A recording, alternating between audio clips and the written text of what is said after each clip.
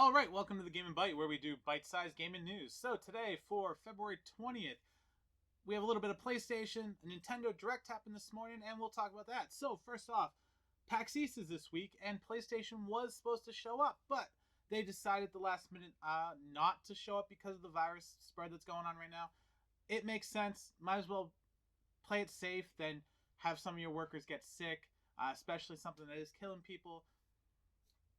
It's one of those things where there's always a risk. I prefer the company to be on the safe side. I do wish they'd probably release like a video or something showing some of the things they might have shown, any news updates they might have released, or if it was more just a hands-on with current gen stuff. It'd kind of be nice. All right, let's move on. PlayStation 4 Pro finally on sale. It's $100 off, so it's $300. If you haven't had a PlayStation 4 by now, it's a good deal if you want one, but I think it's probably better just to wait until the end of the year, save that money, get a PlayStation 5. Hopefully it's backwards compatible with PS4. If not, the PlayStation 4s will probably be even cheaper then. So it's kind of a waste to buy a PlayStation 4 right now. You might as well wait. If you could wait this long to get a PlayStation 4 Pro, you can wait 6 more months or so to get a PS5 if that's when it comes out. Biomutant.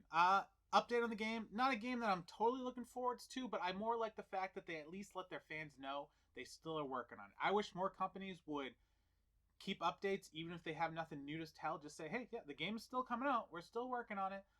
Or else you kind of get them that whole, is Duke Nukem ever coming out? So I like it. I'm glad it does look kind of interesting, but I was more happy that at least they're letting their fans know. So that's the best part.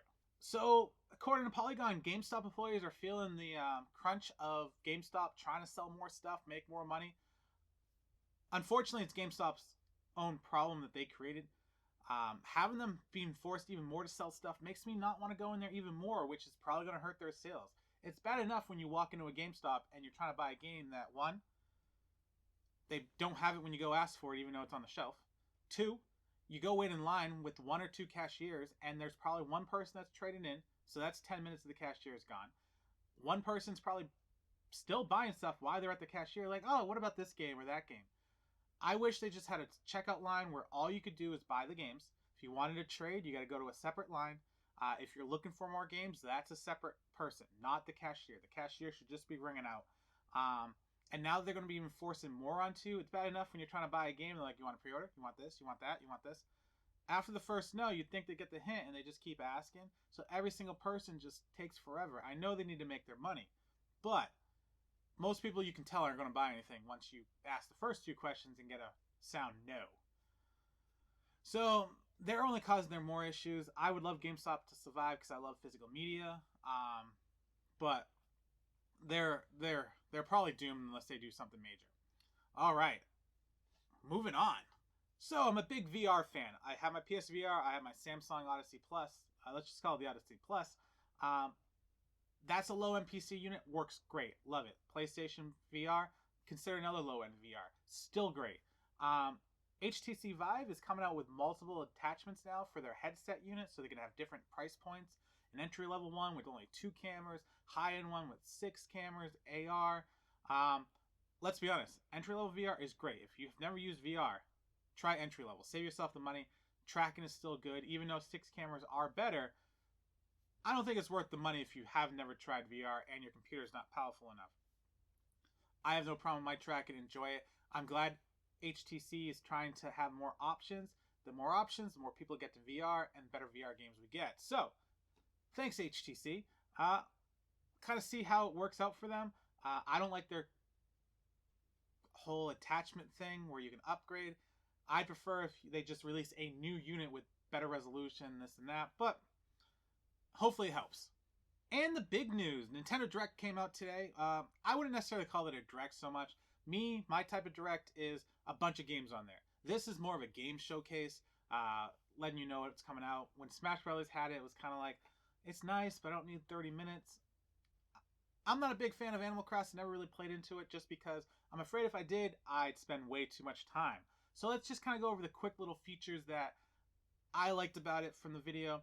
First, I like how you can transform the island. You can dig your own water, hills, take hills away, move your house around, add other houses, invite guests up to like 8 people from local or online. which is cool. You can set friends who can come onto your island, but they can't disturb anything, or best friends who can cut trees down.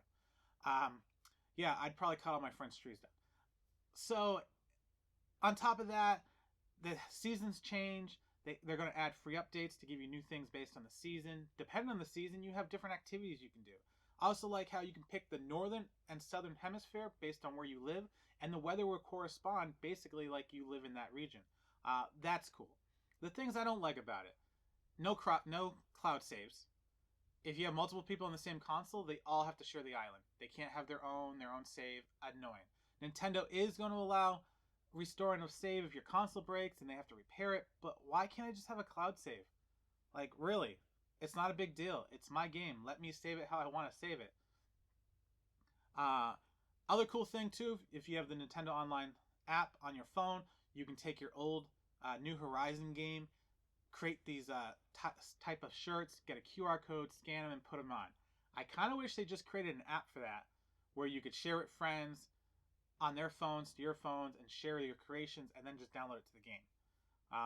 At least it's a step in the right direction. It will have amiibo support to give you some little extra features.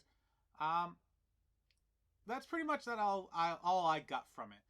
They will be adding more build-ins, more updates, stuff like that as the game goes on. That's cool.